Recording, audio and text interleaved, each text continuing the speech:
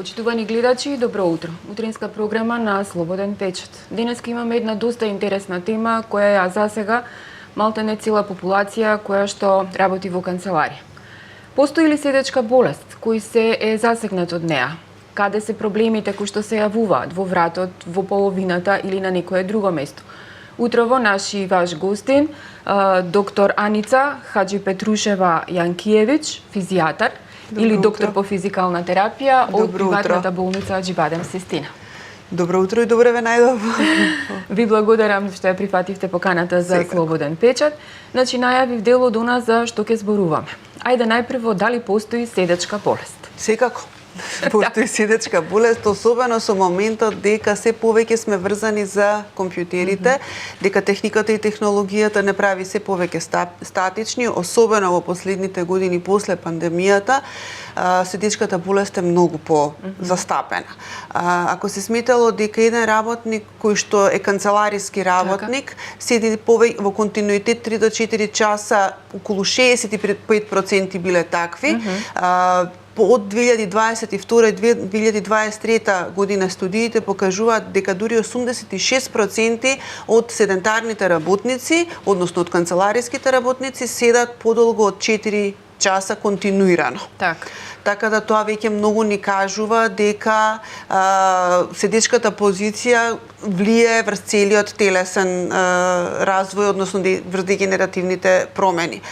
Се смета дека максималното време траење на седентарна положба не треба да е повеќе од 90 минути. Значи на секои 90 минути да има раздвижување од некои 5 до 7 минути. Така да овие 4 часа се многу. Многу студии покажуваат и во последно време се повеќе се обрнува внимание на едукација на работниците, на воопшто сите нас, дека треба да движењето е она кое што не одржува во живот, заради тоа што не само тегобите што ги има самиот човек, туку и самото општество го чини многу. Медлайн излезе со последната статистика во 2023 година дека еден работник кој што е канцелариски работник во однос на трошоци со боледување, медикаменти и слично заради проблеми од седентарна болест, значи од тегоби од грбот и во однос на целиот мускулоскелетен систем, општеството го чини околу $9,200. Тоа е на годишно, тоа е на годишно ниво. Меѓутоа, ако земеме колку такви вработени имаме и колку трае тоа работниот век, навистина бројката е енормна. Особено што покрај тоа што го чини општеството и квалитетот на самиот човек се намалува за некаде околу 30 до 40, квалитетот на живот се намалува за околу 30 до 40%. Што најмногу страда? Нели, велиме спондилоза, имам проблем со кичмениот столб. Според вашата статистика, што е практично, кој дел од телото најмногу е погоден? Седечката или седентарната болест представува метаболно заболување кое што два пати го намалува моментот на циркулација и оксигенација на цело и метаболизмот на целото тело. Што значи консеквентно на тоа патат нервите, патат мускулите, пати целиот мускулоскелетен систем, пати циркулаторниот систем. Некако се многу игнорираме, меѓутоа нешто што ни е непријатно да го чувствувам и тоа константно се чувствува, тоа се болките во грбот. 80% водат, со 80% се застапени болките во лумбалниот дел, односно во кичмата, некаде со 45% се застапени болките, односно тегобите во вратниот дел и остатокот отпаѓа на локомоторниот апарат, односно на рацете и нозете, повеќе се застапени долните екстремитети. Одговоривме некако на првото прашање, мислам на следното прашање, во првото прашање, меѓутоа ме интересира кои се симптомите и кога е периодот, кога е практично крајниот стадиум кога треба да се побара совет од лекар. Кои се симптомите? Најчесто се јавуваат кога се тегоби во однос на лумбалниот дел, се јавува болка, се јавува болка при самото седење, при самото стоење, како тежина, како остра, која што прогредира со текот на времето, како остра и прогредирачка болка. Потоа се јавува отежнато кога ќе се стане од столче, отежнато исправување, односно вертикализација на телото, отежнато раздвижување, колку болеста, да ја речеме, прогредира. Се јавуваат болки надоле по екстремитетите, односно во нозете, како ишиалгии, се јавува трнење, се јавува слабост на нозете, отежната е секоја промена на положбата и се поболна и поболна. Тегобите во однос на вратниот дел пак се најчесто се како тежина во вратот или тврдин или викаат како плочка да има во вратот и исклучителни тензиони главоболки. Затоа што и самата циркулација е нели нарушена и намалена. Главоболки кои што со тек на време може да прогредираат и кон вртоглавици при промена на положба, ограниченост во подвижноста на вратот, па нели повторно оној невролошкиот дел кој што оди понатака и се слабост на рацете, трнење во шаките и слично. Така. Околу возраст, со почнувањето, кој ви е најмладиот, а кој најстариот пациент со проблеми нели во кичмениот столб и еве децата претпоставувам дека не седат, меѓутоа имаат проблем. Седат. Да, играат, да. Седат. Значи, ако зборуваме за седентарна болест, обично зборуваме за работоспособна возраст. Так, значи некаде од 20-25 канцелариска болест. Значи од 20-25 годишна возраст па некаде до 65 годишна возраст. Просекот порано на појавување на тегобите од седечката болест беше некаде околу 40-45 годишна возраст. Сега тој просек е намален и се јавува веќе често, голем процент, но ние што и после 22-та, 25-та година почнуваат да се јавуваат со тегоби. За жал, пак ја напоменам, пандемијата заради долгото седење на децата пред телевизор, односно пред компјутер и онлайн настава, најмладата пациентка која што беше со седентарна болест и со херниација и промени на повеќе нивоа на орбитниот столб беше 14 години. Штета. Така. Многу загрижувачки. Да. Кога сме веќе кај децата, па повторно ќе се навратиме на седечката болест, ме интересира како оди лекувањето, бидејќи многу малку се посветува внимание на физичката активност. Се појавуваат сколиози и кифози кај децата. Дали се лекуваат со физикална терапија, народски кажано, или дали може да се подобри, за колку проценти состојбата тука? Целта на лекувањето, односно целта на третманот на кифозите и на сколиозите е едукација и на самото дете и на целото семејство, дека само соодветната физичка активност ќе ја спречи прогресијата на болеста.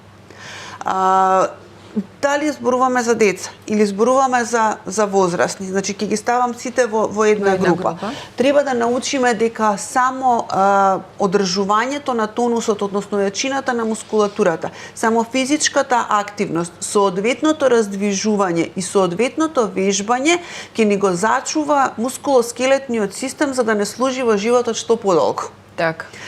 Ние до одреден период од животот го искористуваме и очекуваме после тоа на старост да не служи. Малку потешко оди, нели? Тоа. Треба да научиме од мали нозе дека треба физичкото здравје, односно физичката активност ни го подобрува квалитетот на животот и тоа ни е инвестиција за понатаму во животот.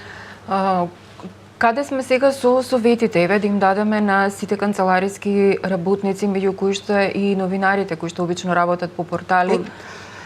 Има седечка работа, совет еден, колку да работат, колку да се движат, што да направат во меѓувреме, па потоа ќе позборуваме малку околу пирамидата на лекување, кој треба да ги упати и што понатаму.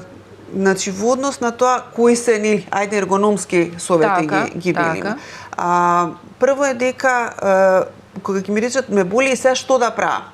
Към ќе си го наместите телефонот на секој 60 до 90 минути да ви титка, да ви звони тајмерот и тоа ќе ви биде знак дека треба да станете да свртите кругче околу канцелариската маса, вода да се напиете. Дури има една студија дека ставањето на шише вода на канцелариска маса е чекор напред, што значи дека тоа шише кога го гледате, прво ќе го пиете, или ќе се хидрирате, а второ ќе ве натера да станете за да си наполните вода. Значи тоа е нели чекор нели кон healthy life го викаат. Така да тоа е една од работите, значи раздвижување. Значи да нема подолго седење од 90 минути. Не е тоа дека работата нема да се заврши, ќе се заврши, ама да се промени положбата на телото. 3 до 4 пати неделно или секојдневно во колку е возможно, барем најобично пешачење. 2 до 3 километри во денот пешачење. Изведување на некакви вежби во домашни услови на истегнување. И тоа е, тие завземаат временски простор од 20 минути, не повеќе. Многу корисно за секого. И за млади и за возрастни. Се повеќе обични вестолчиња се отфрлаат во употреба или ако отидете на запад ќе видите дека кај грото особено компјутерски работници под масата имаат пилатес топка, голема пилатес топка. И дел од работното време седат на столче, дел од работното време седат на топка. Така да тоа е убав исто момент за нели напредок, односно лесна активност која што можеме сите да си ја примениме. Откако веќе ќе се јави болеста? Што прави постоја пациентот? Нели, чувствува болки во вратот, во кичмениот столб. Која е пирамидата? Матичен лекар, физијатар и колку е успешноста на лекувањето? Дали се повторува после физијатриските третмани и на колку време е препорачливо, доколку има нели дијагноза некаква, да се повтори третманот? Диапазонот нели на степени на дијагноза е многу голем. Може да почне од обичен мускулен спазам заради позициона положба, па се до хернијаци и поголеми нарушувања во однос на стабилноста на рветниот столб. Секако прво се јавуваат кај матичниот лекар, најчесто потоа се упатени кај ортопед, невролог, при што воколку они оценат и зависно каква е клиничката слика се прават одредени иследувања, дијагностички методи, снимања, рентген, магнет, зависно што е потребно и потоа се препраќа на физикална терапија. Целта на физикалната терапија не е зависно повторно ќе речем од степенот на тешкотии што ги има пациентот, односно личноста. Не е целта на физикалната терапија да го врземе пациентот во болница постојано или нели да го врземе дека треба на секој 6 месеци да оди на физикална за да му биде подобро. Секако дека од физикалната во тој момент кога се јавила акутната болка ќе му биде подобро. Меѓутоа целта ни е да ги натераме и едуцираме луѓето да физичкото здравје го променат погледот кон физичкото здравје, станат активни и тоа да им влезе дел од животот. Практично да го сменат начинот на живот и функционирање. На животот и погледот кон сето тоа. И тогаш велам сум успешна ако сум успеала да ве убедам да го смените гледиштето кон целото физичко здравје. Времето ни е кратко, за крај на интервјуто една препорака до сите. Не мора да се канцелариски вработени, што треба да направат за своето здравје? Движењето е здравје. Дефинитивно треба да научиме дека движењето, односно вежбањето ни е лична хигиена. Велам, како што се мијат заби, мијат лице, така и одредената физичка активност, која што не мора да е повеќе од 20 минути до половина час дневно, треба да ни влезе во навика и само тоа ќе ни го одржува квалитетот на животот.